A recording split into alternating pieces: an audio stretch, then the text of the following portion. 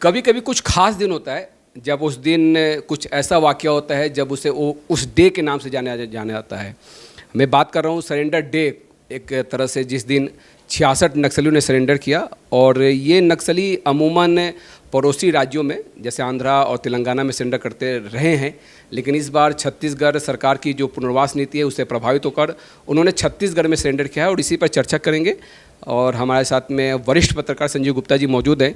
गुप्ता जी, अगर अभी हालिया में 4 जिलों में जो 66 नक्सलियों का सरेंडर हुआ, आपको क्या लगता है कि ये पुनर्वास नीति से प्रभावित हुए या छत्तीसगढ़ में जिस तरह से लगातार चौतरफा दबाव है नक्सल मोर्चे पर जो ऑपरेशन चलाया जा रहा है उसकी वजह से यहाँ पे उन्होंने सरेंडर किया, क्या मानना है? देखिए राजीव, ये जो 66 लोगों का जो सरेंडर की जो बात कर रहे हैं, जो कल हुआ था गुरुवार को, केवल पुनर्वास नीति ही जिम्मेदार है ऐसा नहीं मानना चाहिए। इसमें पुनर्वास नीति भी जिम्मेदार है, लेकिन केवल पुनर्वास नीति की वजह से नहीं है। देखिए क्या हो रहा है, पिछले कुछ समय से जब से छत्तीसगढ़ में नई सरकार का गठन हुआ है भारतीय जनता पार्टी के नेतृत्व में, तब से ऑपरेशंस जो है वो बहुत तेज़ी से हो रहे हैं।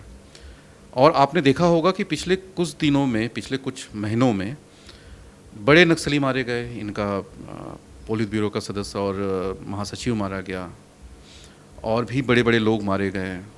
बड़ी संख्या में लोग गिरफ्तार हुए, बड़ी संख्या में लोग सरेंडर हुए।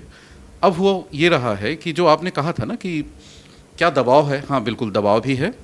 और जिस तरीके से जिस नए टेक्नोलॉजी के साथ और नए हथियारों के साथ लड़ाइयाँ हो रही है, नए टेक्नोलॉजी, हथियारों का मतलब मेरा है कि तकनीक को भी सहायता लेकर, तकनीक को भी अपने की सहायता से जो लड़ाइयाँ हो रही है।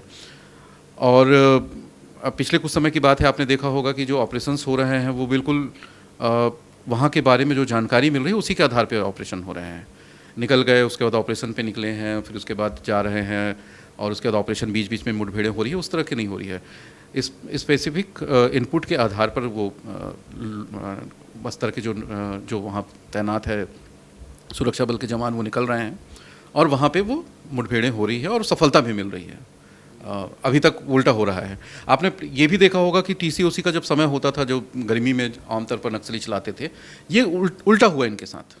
पहले जो 76 जो जवान मारे गए थे ताड़मेटला में 2010 में, अभी देखिएगा कि वो टीसीओसी का समय था, गर्मी का समय था।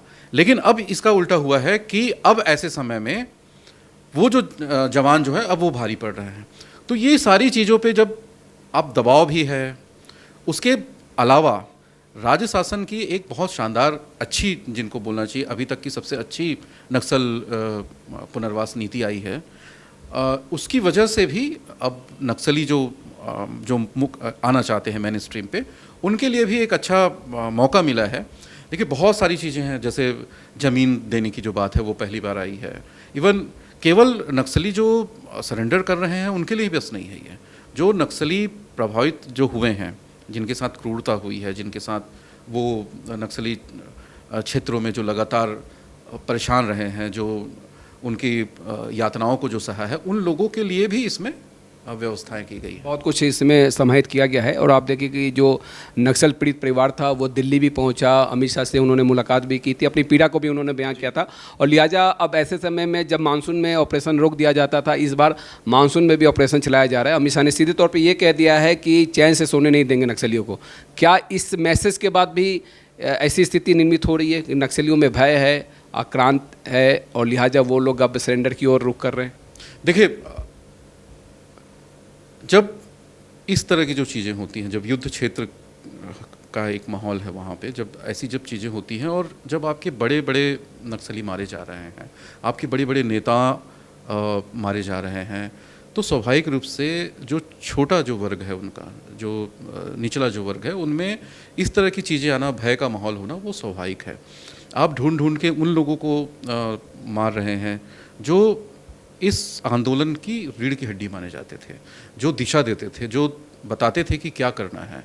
अब मुझे ऐसा लगता है कि अभी जो बात कर रहे हैं, हिड़मा के अलावा जो बड़े जितने भी नेता हैं वो सभी टारगेट में, हिड़मा भी टारगेट में होंगे इनके, मुझे लगता है। तो जिस तरह से चीज़ें हो रही हैं, जिस तरह से सरकार आगे बढ़ रही है, और उसके अलावा सुरक्षा बल के जवान आगे बढ़ रहे हैं, और विकास के आपने नियत निरालार वगैरह जो योजनाएं हैं उनके माध्यम से जो उस क्षेत्र में जो विकास हो रहा है, तो मुझे ऐसा लगता है कि स्वाभाविक तौर पे ये सभी समग्र रूप से, आपको मैंने पहले कहा था कि समग्र रूप से ये सारी चीज़ें वहाँ पे असर कर रही है, और उस असर का ही वजह है कि नक्सली अब बाहर निकल रहे हैं। और जब नेतृत्व कहता है कि या तो आप सरेंडर कर दें या तो फिर मरने के लिए तैयार रहें, या तो गोली खाने के लिए तैयार रहें, ऐसी स्थिति में आपके पास क्या रह जाता है? आंदोलन, देखिए सशस्त्र आंदोलन चलाना और उसको लंबे तक बहुत दिनों तक लेके गए, 3 दशक से भी ज़्यादा समय से ये चल रहा है। अब मुझे ऐसा लगता है कि अगर सच में आप विकास चाहते हैं और अगर सरकार विकास कर रही है, तो मुझे ऐसा लगता है कि नक्सलियों को अब मेन स्ट्रीम पे आना चाहिए और उनको भी चुनाव लड़के या फिर दूसरे तरीके से लोकतांत्रिक तरीके से अपनी सरकार बनानी चाहिए, या वैसे भी कोशिश कर सकते हैं वो आके। तो कोई ज़रूरी नहीं है कि आपको बेहतर चीज़ें करने के लिए, चीज़ों को बेहतर करने के लिए हथियार ही उठाया जाए। आपको क्या लगता है कि जो ये सरेंडर नक्सली है, अब मुख्य धारा में, ठीक है आपका कहना है कि मुख्य धारा में लौटे, लेकिन जो लौटना नहीं चाहते हैं और ऐसे में जो सरेंडर नक्सली जिन्होंने सरेंडर कर दिया वो अब चुनौती बनते जा रहे हैं जंगल में रहने वाले नक्सलियों के खिलाफ में, क्योंकि उनके पास में इनपुट तो बहुत सारे। और अभी हाल के जो ऑपरेशन चलाए गए उसमें माना ये जा रहा है कि जो हार्डकोर नक्सली थे उनके वो बॉडीगार्ड भी थे जिन्होंने सरेंडर किया, उनके इनपुट के आधार पर फिर ऑपरेशन चलाया गया। हाँ बिल्कुल, ये जानने में आया था, उन लोगों ने जो विज्ञप्ति जारी की थी उसमें बहुत सारी चीज़ें आई थी। देखिए सीधी सी बात है कि जब वहाँ से जो मुख्य धारा में जो नक्सली आ रहे हैं, स्वाभाविक तौर पर वो जानकारी तो दे ही रहे हैं। डीआरजी के जो जवान हैं उसमें बहुत सारे जो है आत्मसमर्पित नक्सली भी हैं। आपने इससे पहले जो और भी जो जवान थे उनको भी शामिल किया जा रहा है। तो स्वाभाविक तौर पे ये सारी जो इनपुट हैं, जो सारी जो चीज़ें हैं उनको मिल रही है वहाँ से। और मुझे ऐसा लगता है कि अभी जो आपने कल देखा, जो 66 नक्सलियों ने आत्मसमर्पण किया है, मुझे लगता है कि ये जो चीज़ें हैं वो आने वाले समय में और बढ़ेंगी। जैसे जैसे वो समय आता जाएगा और करीब आता जाएगा, तो स्वाभाविक तौर पर ये चीज़ें होती जाएंगी। कहना कि 31 मार्च 2026 तक जैसे जैसे समय नज़दीक आएगा संख्या बढ़ती जाएगी। देखिए सरकार के एक बहुत बड़े व्यक्ति से मेरी बात हुई थी, नाम नहीं लेना चाहूँगा। मैंने उनसे पूछा था कि क्या सच में आप 31 मार्च 2026 तक ये सब समस्याएं समाप्त हो जाएंगी?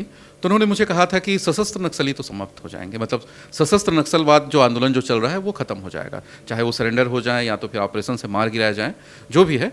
अब सबसे बड़ी बात है कि ये एक तो विचारधारा है, उसको धीरे धीरे विकास के माध्यम से और दूसरे तरीक़ों से उस क्षेत्र में रहने वाले आदिवासियों की जो स्थिति है, जो मैं हमेशा, राजीव हमारी बात होती रहती है तो मैं हमेशा रोटी कपड़ा मकान शिक्षा और स्वास्थ्य की बात करता हूँ।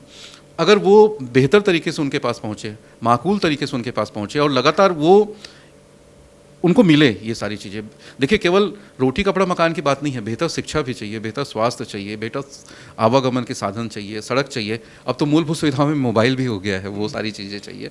तो जो आप शहर में रह कर जो सारी चीज़ें, जो सुविधा का उपभोग कर रहे हो, अगर वो गाँव तक पहुँचे, और उतना पहुंचना चाहिए, उनका अधिकार है ये। अगर वो सारी चीज़ें पहुँचे जिनके लिए आंदोलन की शुरू किया गया था, अगर वो सारी चीज़ें अगर उनको मिल रही है तो आंदोलन का अब कोई औचित्य नहीं रह जाएगा, मुझे ऐसा लगता है। तो निश्चित तौर पर आंदोलन के औचित्य को लेकर भी बहुत सारे सवाल उठ खड़े हुए हैं, लेकिन जिस तरह से लगातार नक्सलियों का सरेंडर हो रहा है, नक्सली बैकफुट पर है, और माना ये जा रहा है कि जिस तरह से संजीव गुप्ता जी ने भी कहा कि 31 मार्च 2026 तक में सशस्त्र नक्सली हैं वो तो नहीं रहेंगे, ऐसा उनके पास में इनपुट है, बड़े अधिकारी ने भी कहा है। तो चलिए, तमाम मुद्दों पर चर्चा करने के लिए मैं उनका बहुत बहुत धन्यवाद करना चाहूँगा। साधना न्यूज़ पे खबरों का सिलसिला जारी रहेगा। Back to studio.